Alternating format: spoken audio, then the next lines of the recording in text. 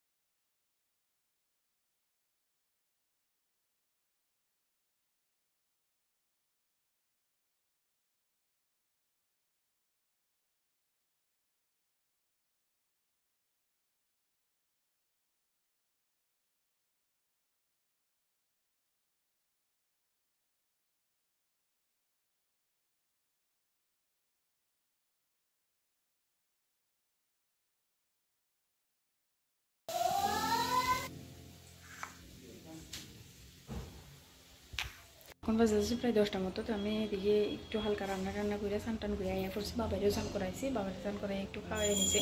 এখন যাবো বদি তারা এনে খাওয়ানোর লেগে করছিল দুপুরবেলা। তো যেহেতু দুপুরবেলা আমরা থাকতাম না, তো এখন সকালবেলার দিকে একটু কিছু খাইয়া বাইরে যাবো গা। তো এদিকে আমরা রেডি হয়ে গেছে, ব্যাগটা গুছানো হয়ে গেছে। হ্যাঁ ভাত খেতেছে, হ্যাঁ যাইবো অফিসে। তো এখন আমরা যাবো 11টা বাজছে, ওখানে যাবো দিদি তারা এনে দিকে খাইয়া তো একটা ট্রেনে উঠবো, আর বিলোনিয়ার থেকে ভাই নিতে আইব।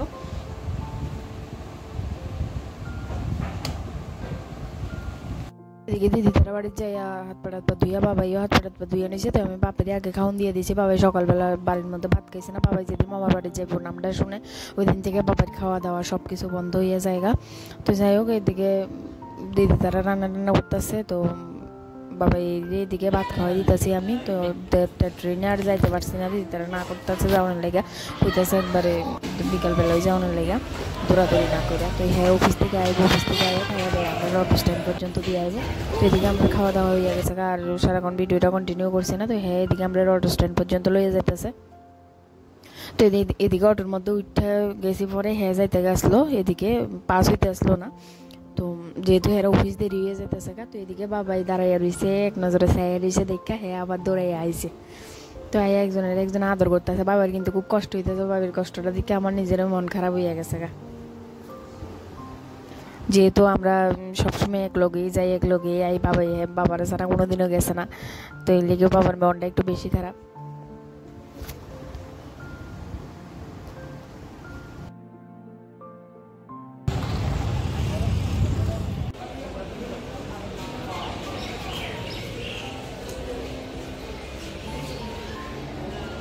ট্রেনে আইয়া পড়ছে, তো আমরা এদিকের ওই বিলুনিয়ার একজন লোক আসলো, তো তাই আমার হেল্প টেল্প করছে, ব্যাগটা গুটাইয়া দিছে, সিট টিট দুইটা দিছে বইয়ের লেগা।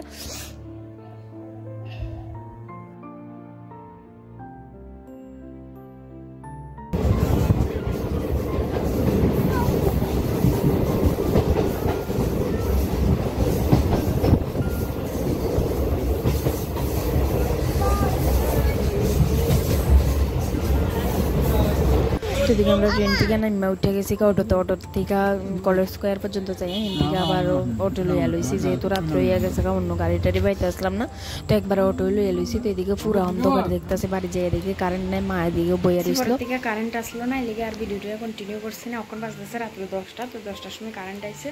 তো এদিকে বাবাই ভাইয়ের কাছে আছে, ভাইয়ের লগে বাবাই দুষ্টমি করতেছে, মোবাইল দিয়ে বাড়াফাড়ি করতেছে। তো এদিকে মার রান্না বান্না শেষ হয়ে গেছে, কখন যেমন খাওয়া দাওয়া করতে, যেহেতু কারেন্ট আইসে প্রচণ্ড অস্বস্তি লাগতেছিলো, কারেন্ট আসলো না তখন। তো যাই হোক খাওয়া দাওয়া করে ভিডিওটা আবার করতেছি। খাওয়া দাওয়া করে আমি বইয়ে রয়েছি, ভাই গেছে ঘরে, বাবাইও ঘরে। তো এদিকে মা গেছে বাসন টাসন ধোনের লেগে, আমি বইয়ে রয়েছি মার লেগা।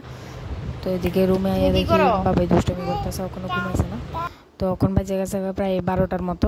তো আজকের মতো ভিডিওটা এনে শেষ করতেছি, দেখা হইব কালকের নতুন ব্লগ নিয়ে। তো আজকের মতো টাটা, গুড নাইট।